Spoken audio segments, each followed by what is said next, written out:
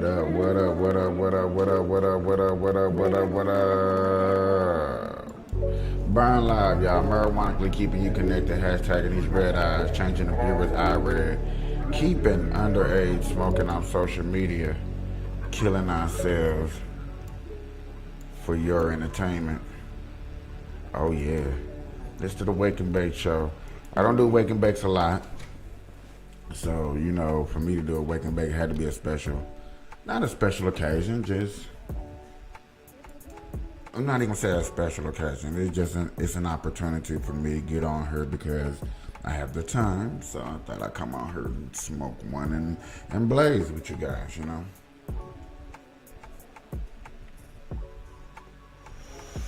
Get more established with you guys in the studio. Trying to get comfortable with my laboratory and things I got going on and talking to you guys.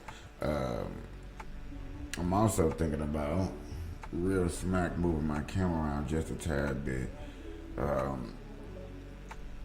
Hey, it's getting better and better. You know, I'm trying to make more room and making it a little bit more official. But now it's just like I feel like my camera's like right here. I feel like my camera needs to be more like right here. You know, it's probably gonna have more of this silver center, but it is what it is. I kind of need that for the moment.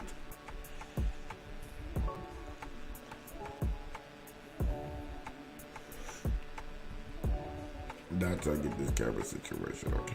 Which I got other ways that I could do it, but it's really just about the camera and the fits.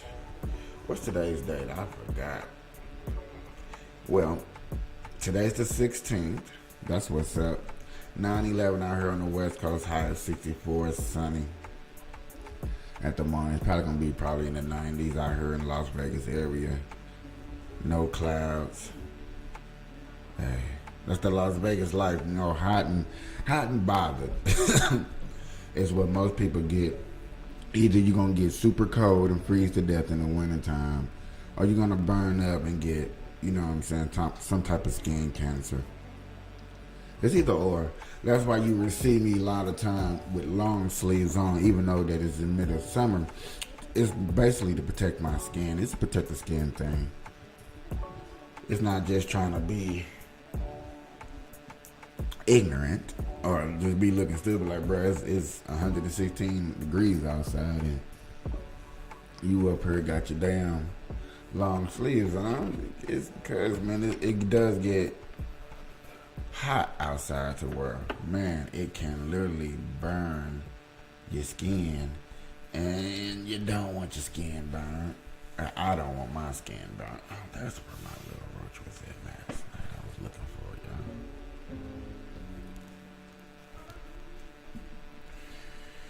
Yeah.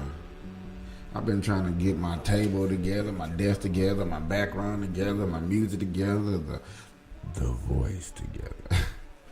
Getting everything together to make a very decent show. And for me, personally, is to be comfortable with you guys and to be comfortable to sit here. Last night, I think I went for an hour and a half, hour 40 minutes. And it's really got to the point to where it's I gotta get comfortable. Gotta get real comfortable sitting here in this chair. It's not my last two sessions. I normally be sitting on the couch with a table, a coffee table in the middle, sit it up high and have my stuff out right there. I was thinking about that, but I was just like, man, I'm really liking this desk corner feel. I still gotta find a way. I'm still looking for a way to put things or put my cameras up in situations to where they're not in the main way of everything that's going on. I got lights, I got cameras, I got extra microphones, and everything still hasn't had a official home or place to be. Matter of fact, it looked like I just found a home for my microphone, how I want it. sort of. So that's what I be doing early in the morning, especially when I wake up. It's just like, bruh, how can I really find that comfortability for when I go live, and also if I have company come over and they want to sit and chill. I'm trying to have it to where they can do that. It does. I thought about this, and now that I see more that it looks more efficient, that I need to go get me a quick love seat. Put me a love seat up here off over here in the corner, or give me some exotic chairs. Yeah.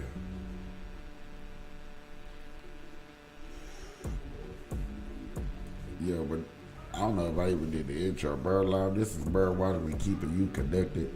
We hashtagging these red eyes, changing the viewers eye red, keeping underage smoking on social media. For real.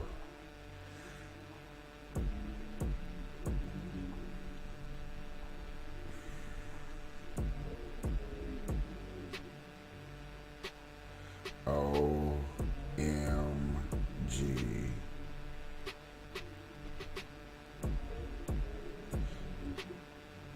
I got a quick little story that just came across my news feed. I think I'm gonna bring it up. I'm to the point to y'all, if I don't bring up some type of news feed or some type of broadcasting, I do feel I'm on some type of way. Recordings just got better. I also need to get this unlimited, that premium again.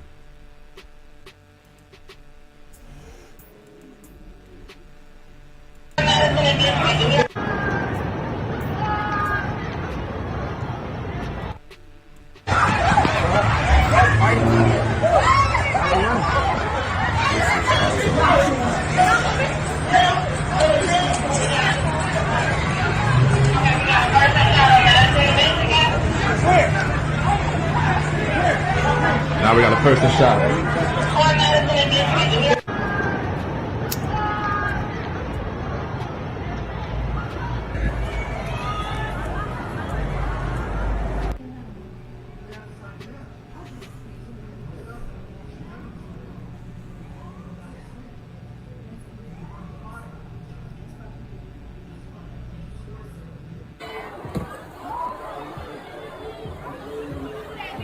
This is crazy. Pandemonium. Somebody's Tesla car just smashing, jumping up and down, looting, laundering, being disrupted.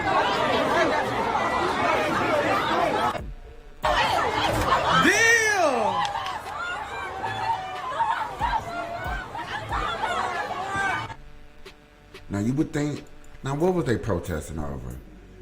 Hundreds of black teenagers take over downtown, causing a mass violence and destruction. Period. There's probably nothing else that they did. They wasn't protesting for nothing. Somebody hit them up on TikTok, and all of a sudden now they out there thinking that, hey, this is cool, this is fun, this is what's going on. And look at what's going on. This is not something that we should be allowing, and police officers need to do something, but they can't do nothing because we defunded them. All right, guys, so yeah, That's crazy.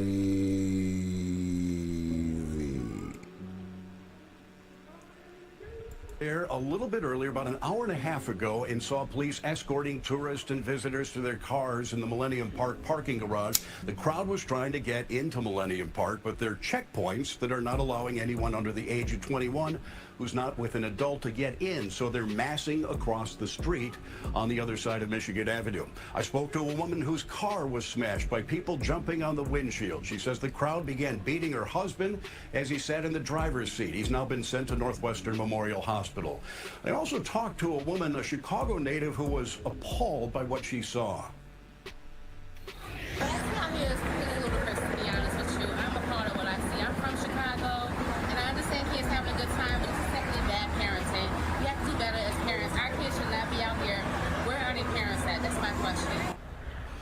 The The situation continues to develop at this hour. As we mentioned, we have a reporter on the scene, but there are some security concerns. You see that little boy just almost got hit? On Michigan Come Avenue in a on, protected- that's how dangerous it is.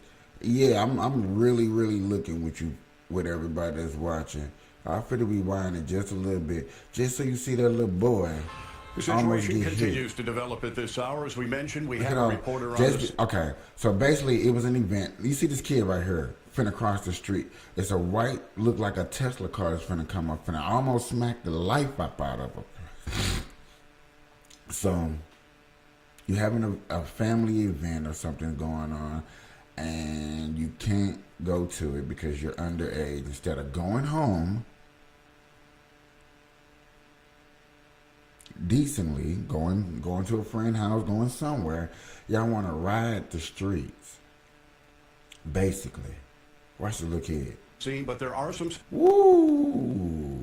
Y'all see that boy? security concerns. Fox 32's Nate Rogers is on Michigan Avenue in a protective position. Nate, can you tell us what you see right now?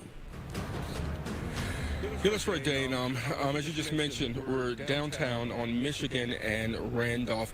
I'm actually probably a block away from a lot of where the chaos has originated. Right now, Chicago police are trying to clear Michigan Avenue, at least from Randolph until maybe 3 or 4 blocks south on Michigan. Very active scene indeed. Hundreds of officers working this investigation. There are reports, unconfirmed by Chicago police, of multiple people shot at Michigan and Washington, also Michigan and Wabash. The Chicago Fire Department, we're told, is here along with paramedics and Chicago SWAT teams, all assisting in this investigation. Now, the chaos here downtown began or erupted just before 8 p.m. Several hundred young people traveling in groups, kids seen jumping barricades into Millennium Park, also jumping on top of cars. Other reports indicated large groups trying to force their way into the Art Institute. This appears to be one of those teen takeovers that we saw last year, publicized widely on social media, attracting thousands into the downtown area as well as to Chicago area beaches. The teens are seen with their cell phones out, Bluetooth music speakers blasting, dancing while recording videos, hoping that they'll go viral. Now, I'm back out here live really just within the last 10 minutes. Viral. That's a key word. Views and viral. It's gonna get somebody killed, hurt, murdered, shot, which is all has happened already.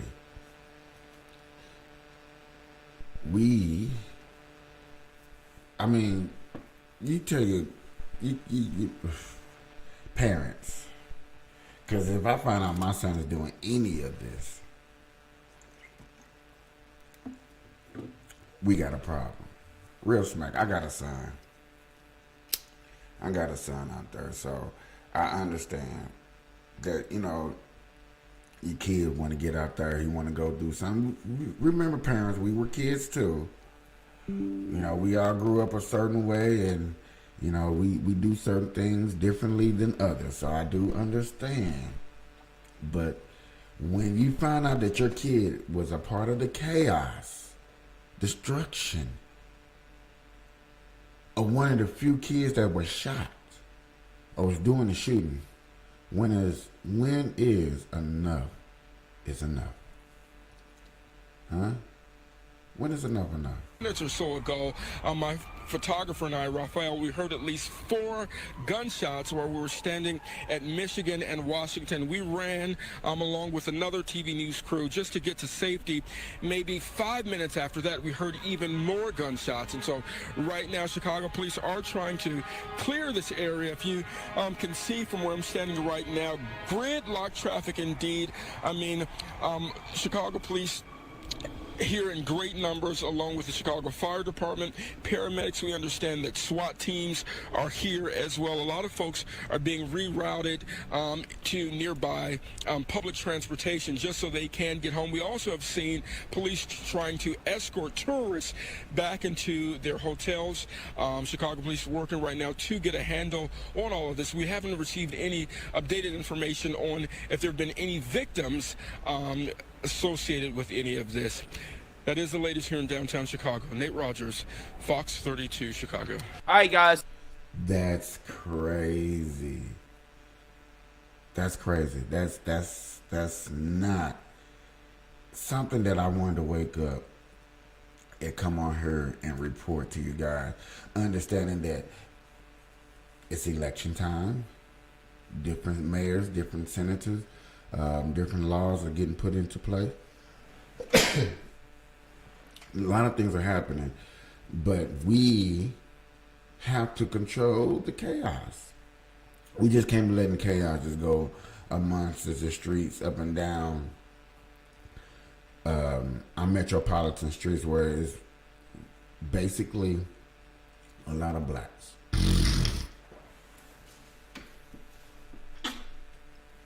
I apologize, but that's senseless of just because you can't go. We have thing I heard called First Friday, where everybody gather on Fremont. It used to be a beautiful gathering, but yet again, just like Chicago, you're trying to keep underage kids from around drinking and smoking and sexual content, so they don't be part of the mischief.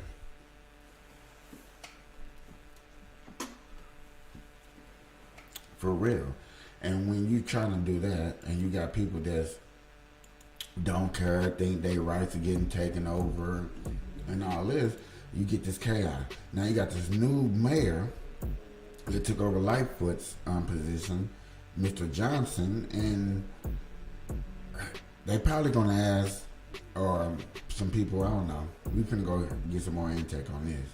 A city that has decided to throw in with him. Brandon Johnson, his base of support, 29 of the 50 wards he won, those are the wards where crime is the highest. So where people are suffering the most from endemic violent crime, that's who carried Brandon Johnson to victory. I don't know a better commentary on what the situation is in Chicago than that. Well, he appealed to race hate, and that's what got him elected. He appealed to race hate as openly as any Southern Democrat in the 1950s. So that's just true. Well, Dan but, Proft, I appreciate it. But so go ahead. Yeah. Well, I just want to say one thing that is important, and you talk about this on your program a lot. It was a racially based election, but you know who really put Brandon Johnson over the top was leftist, rich, white women. Of course, of course. That's the axis right there, Dan Proft. You know how it works. Unhappy private equity wives. Yeah, met them. Great to see you tonight. Thank you. Yeah. So you see that, you heard Wow. that. Democrats will say, well, the problem is the white man, right? And when it's not the white man, it's the corporation's fault. And when it's not the corporation's fault, it's the gun's fault. But yet they're holding the Democrat National Convention in Chicago, right? Which, again, has very strict gun laws, okay? How much you want to bet that there are going to be a ton of guns, right, at the Democrat National Convention that is going to be held by their armed security, right? How much you want to bet the Democrats going to bring a lot of guns to Chicago for the Democrat National Convention that they're deciding to hold there, okay? How much you want to bet? I bet my life savings, right? That they're going to bring a ton of guns with them. Okay, but, you know, if you listen to them, guns are the problem. What's not the problem, according to Democrats, is parenting, culture, being soft on crime. Yet again, here we go. Here we go, yo. They always want to talk about the straight guns, yo. Guns is the problem, but you got guns to these places to protect and serve and that. You only want police officers and little pistols in people's homes when people got shotguns and big things. I understand that. Everybody's trying to look for some type of fairness. Like, I just want it fair for everybody. And then when you don't understand the law or something that goes on, you think it's not fair. You think that there needs to be some type of justice taken in. Like, it's so crazy that people really look at that like that, man. Like, man, we just need some help, bro. You know what I'm saying? They need to do this, they need to do that. But then, yet again, you don't hear nobody say, where's the parents? Where's the mama? Where's the daddy? You really don't hear that. You hear the parents say, oh, my child was a good child. But then you go look on his Instagram page or his something like that, you would see that, no, he wasn't that, you know what I'm saying? He was corrupted, you know what I'm saying? He wanted to hang out with his friends and be part of the crowd. And that's the problem when you got people that want to be part of a crowd. Like, you know what I'm saying? There's nobody that wants to be themselves no more. Nobody wants to be themselves and just say, you know what, I'm cool. You know, I don't need the government to tell me or to show me how to be me or to be different like me.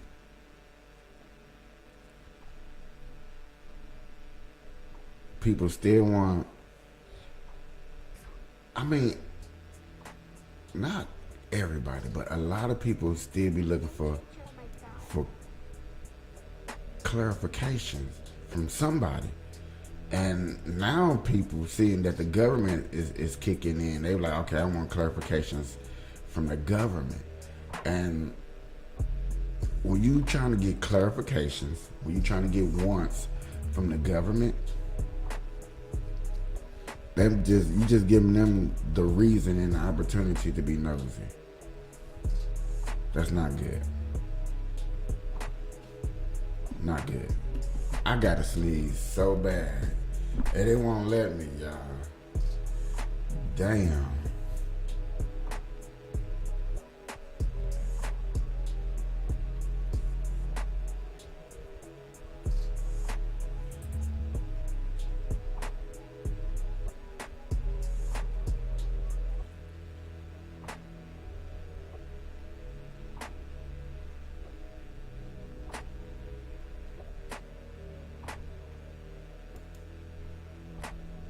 If your business kept on...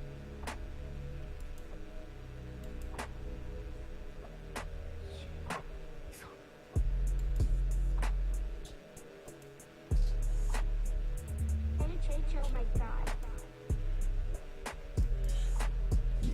I'll just put it in the back and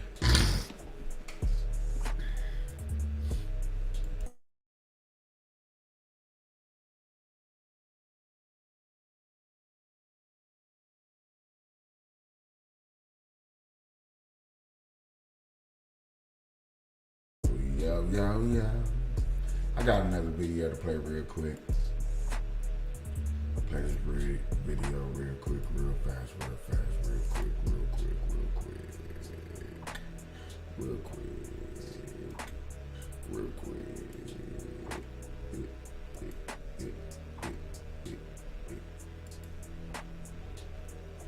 I just want to see what he got to say. Curious. Black liberals are hilarious. It's funny how black liberals only think that conservatism deals with white people. I guess that explains why most African countries are conservatives. I guess that explains why most liberal countries are European. Oh. Message. Message. Hey. I'm gonna let y'all hear that one more time. Only think that conservatism deals with white people. I guess that explains why most African countries are conservatives. I guess that explains why most liberal countries are European. Y'all done drained the white liberal Kool-Aid.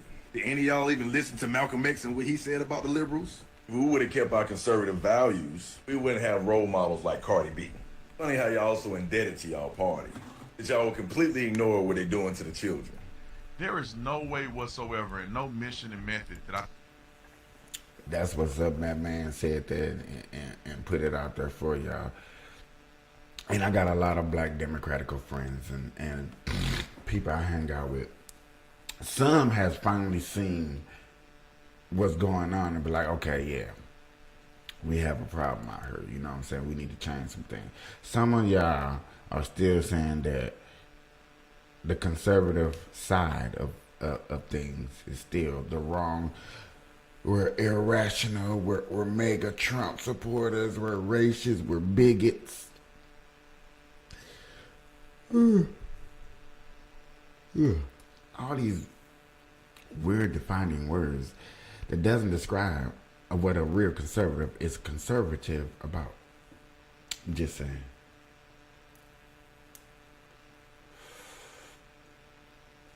That's why I came over here. I just really.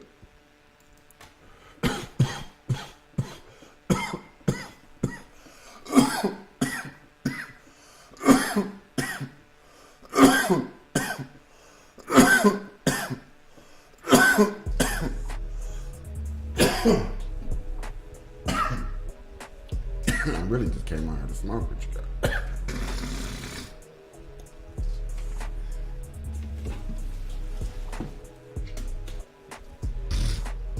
I mean, for real, that's what I really came on here to do, was really just to smoke with you. You know.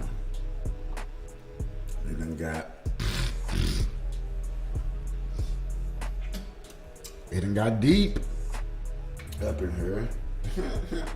It done got deep up in here, man. A lot of things that y'all wouldn't think that was actually taking place. And man, to bring y'all receipts and things that be going on, bro. And then, I don't know, I feel like when I bring a receipt from a certain source and y'all hear it, you know what I'm saying, I'll be like, man, that shit like, but then a lot of people like, I don't care because it's your belief. Or the words that I be hearing people say, it's my reality. I am going to definitely save a whole episode, probably going to take me a whole 2 hours for us to sit here and discuss our reality and things that go on, because that is amazing that we can sit here and just say, my reality is different from your reality. It bothers me to really see that we really be thinking like that, you know what I'm saying? It really does. It's unfortunately, but I feel like we need to do something. Like we just can't let that slide like that. We really can't. Ooh, excuse me. And if you let it slide to say that my reality right here, that I'm sitting in this room, is different from your reality because you are in another state watching me through the phone, so your reality is different from mine. It's crazy. They're just like saying that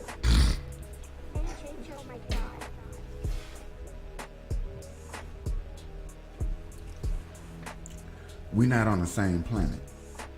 We're not in the same United States of America. Just because things that you don't agree upon, you don't agree upon them.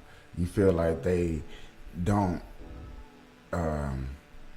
measure up to your beliefs and what you believe in.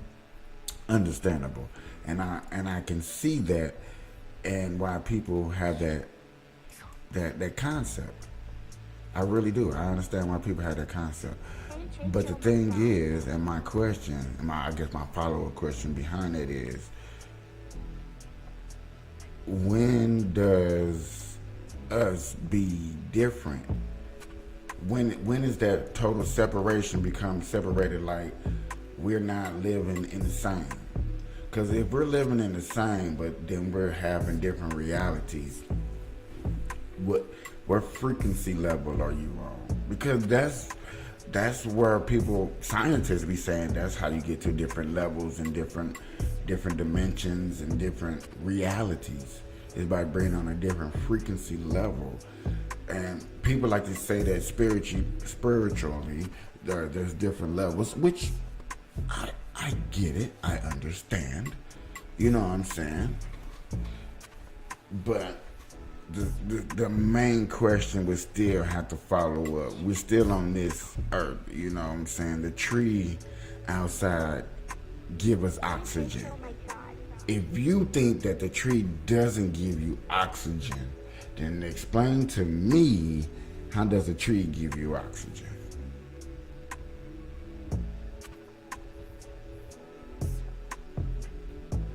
Explain to me how you're breathing.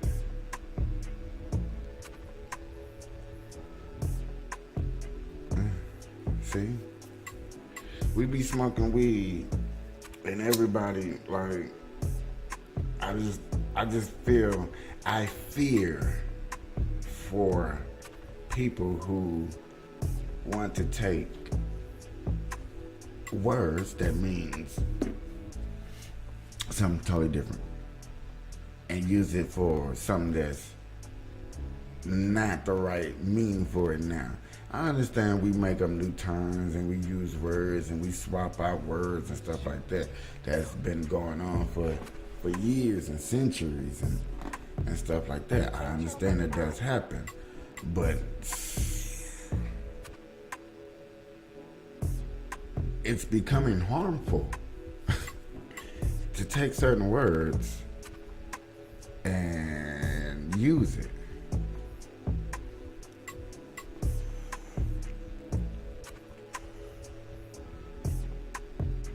But y'all don't hear me though. Y'all don't want to see it like that because y'all not used to it like that. And I'm just gonna have to bring y'all more receipts and more things to really try to show y'all, like, the more we try to really change for the future, for the new, is when we're just a little bit messed up. Cause the 90s, we wasn't really trying to change that much. We were just trying to hang out and chill.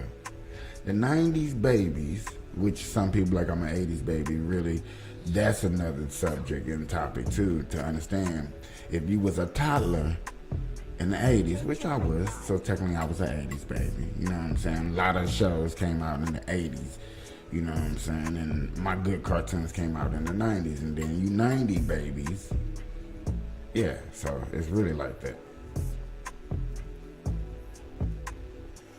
But it's a good thing. It's a very good thing, and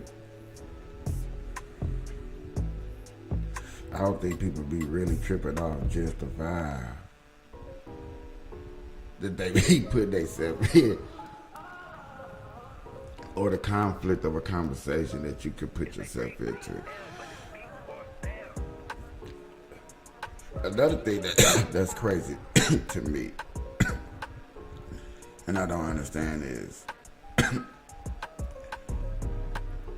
you can act decent, you can act civilized, you can act humble,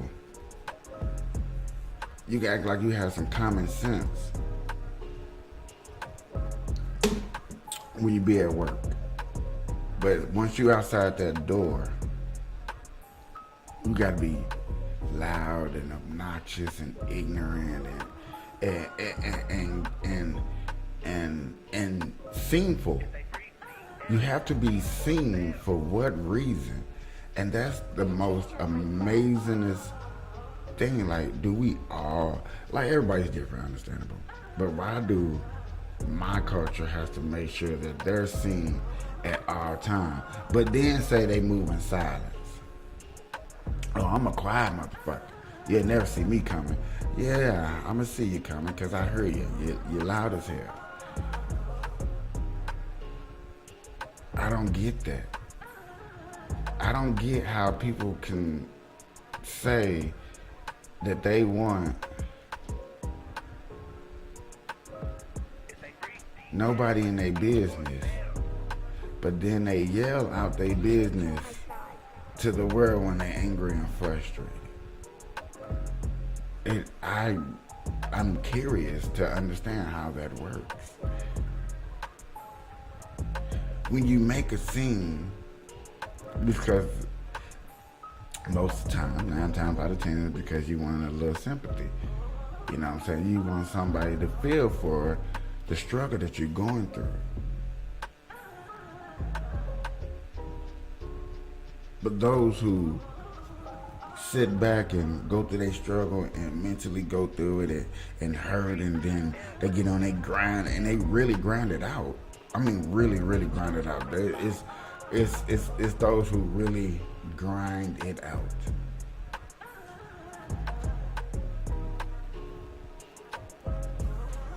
And that was the ones I'm talking about.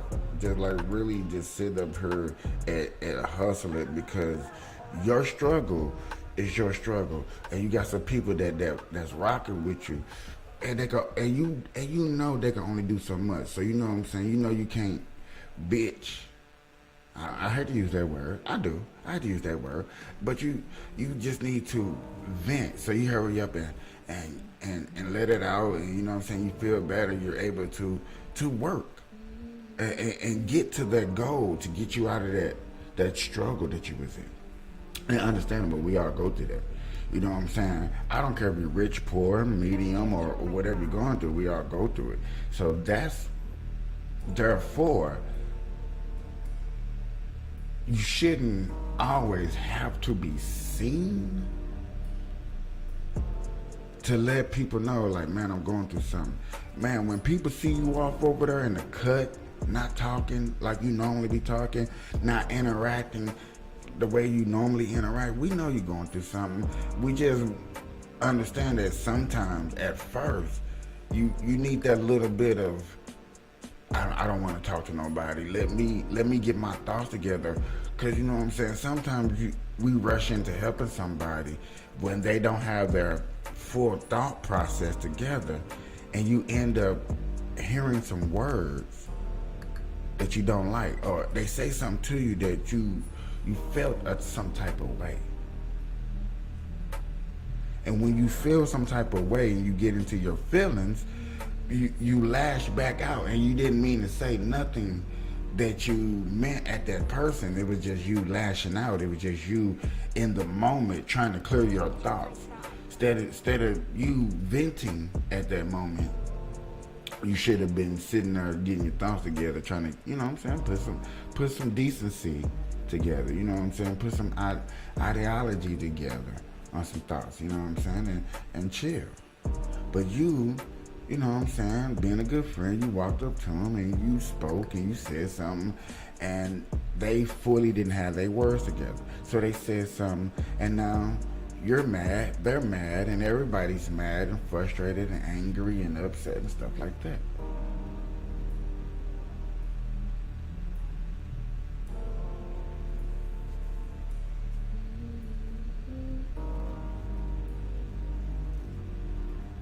Then you don't want to let it go.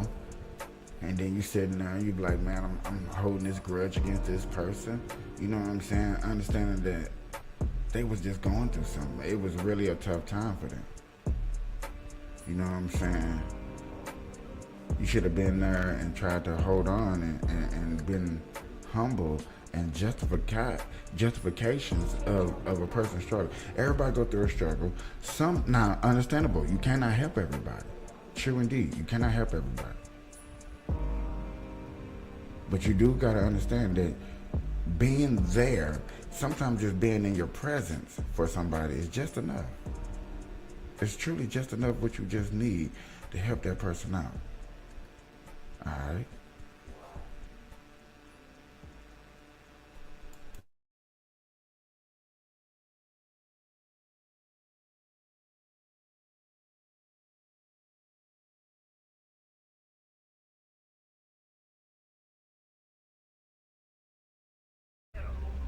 Hey, I'm gonna get up off of here. I don't mean to hold y'all on. I'm just gonna come on here and just talk that shit a little bit. I'm out.